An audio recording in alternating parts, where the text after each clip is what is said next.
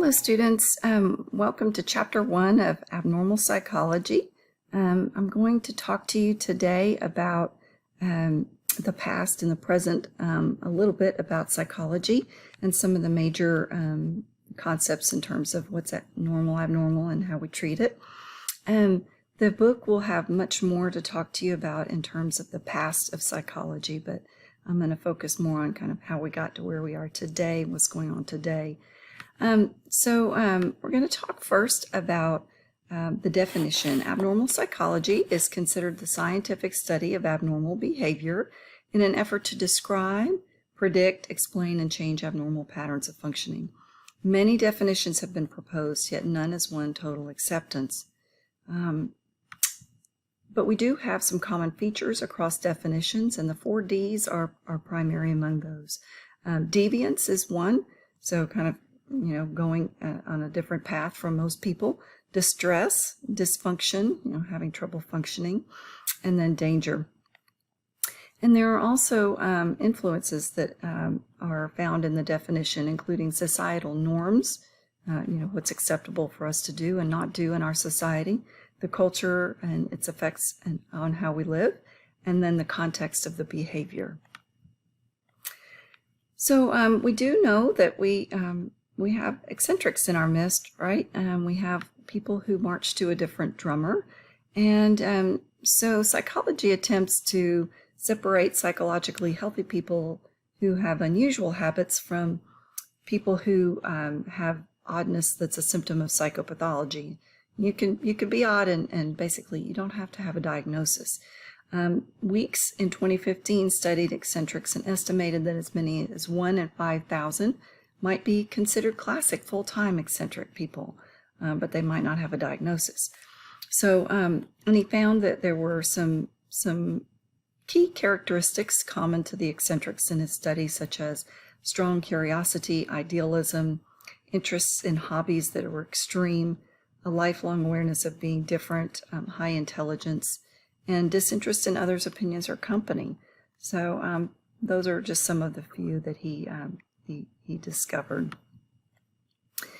And we know that behavior changes over time and place. And just decades ago, for an example, this kind of elaborate body art would have been considered highly strange, and someone would have been, very on the margins of society to do something like this.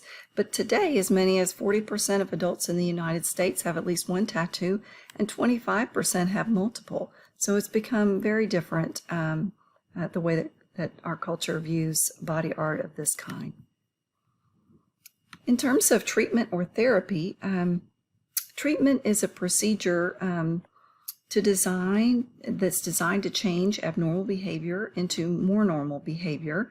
And there are definitional challenges that are closely related to defining abnormality, as we just talked about.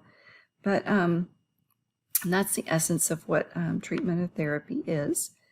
The essential features of all therapy forms are that there's a sufferer or a patient, there's a trained socially accepted healer or therapist, there's a series of contacts that those people have together, and despite their differences, most clinicians would agree that large numbers of people need therapy of one kind or another. So as I said, there's a lot of history of mental illness and how it was viewed over millennia and changed over time. But in the early 20th century, we started having dual perspectives of it. And the first part of that perspective was the somatogenic perspective, meaning that abnormal functioning has physical causes. There were 2 factors responsible for the rebirth of this perspective. One was physical factors, and then new biological discoveries. The results were generally disappointing up to a point, but then there was effective medication that was developed, and so the somatogenic perspective really gained ground with that. And then the other major perspective in the early 20th century was the psychogenic perspective, and that looked at abnormal functioning that has psychological causes. There was a rise in popularity based on work with hypnotism at that time, And two people were very prominent in that. Mesmer was one. He looked at people with hysterical disorders and treated them with mesmerism. And then Sigmund Freud developed psychoanalysis, and the hypnosis treatment was part of what he considered to be effective for outpatient therapy for his clients. And through this process, psychoanalytic theory became widely accepted as a good treatment for people with mental disorders. So even though we've had great gains since that time, we still don't live in a period of great enlightenment about mental disorders. And, you might stop and think about, your view of mental disorders. What we know from surveys is that 43% of respondents believe that people bring mental disorders on themselves. Another 31% consider such disorders to be a sign of personal weakness. 35% believe disorders are caused by sinful behavior. And, at HBU, we do focus on some of those factors of, like what choices that we make that are sinful do, bring about consequences that we wouldn't want. And then another 33% are afraid of people with such disorders. So there's still, still a good amount of stigma going on with mental health, but it has improved with better treatment options and more recovery rates.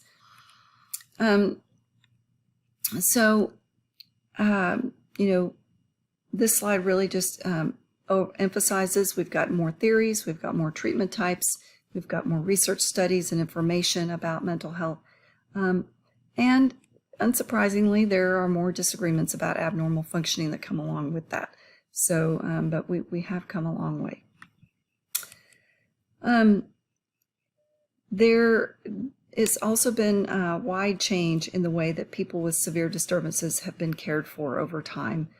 Since the 1950s, when new psychotropic medications were developed, including antipsychotics, antidepressants, and anti-anxiety drugs, you will see that there was a huge drop, as this slide reflects, in institutionalization. People were treated more on an outpatient basis after the 50s, and there was more of a community mental health approach as well. People with less severe disturbances, are today treated in outpatient settings that are less expensive. There's treatment for more kinds of problems, and there are programs devoted exclusively to specific problems. So lots and lots of different ways of going about addressing the suffering that people have.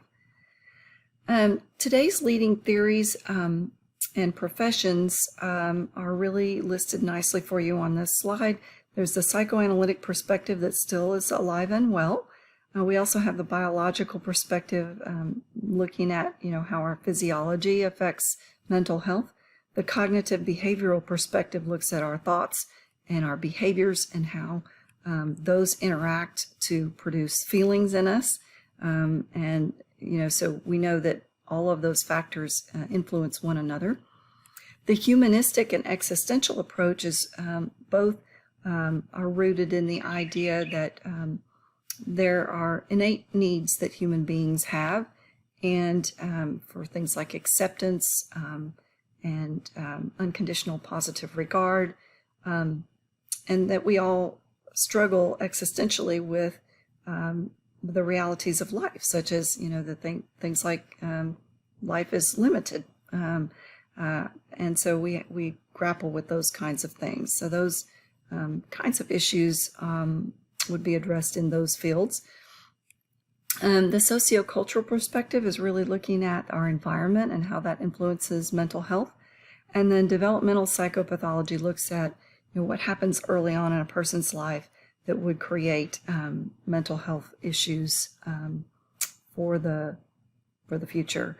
No single perspective dominates the field, and sometimes people need treatments from multiple perspectives. There are fortunately a variety of professionals available in the mental health field to address different problems. The psychiatrists are the ones that are going to dispense medication, and our psychologists, social workers, and counselors are going to be the ones that provide more talk therapy and other types of therapies aside from the medication approach. And it's a good thing that we have more mental health options now because we do have more triggers now for mental health problems. Technology has provided some new triggers and vehicles for expression of abnormal behavior. We all know that social media has attendant problems with,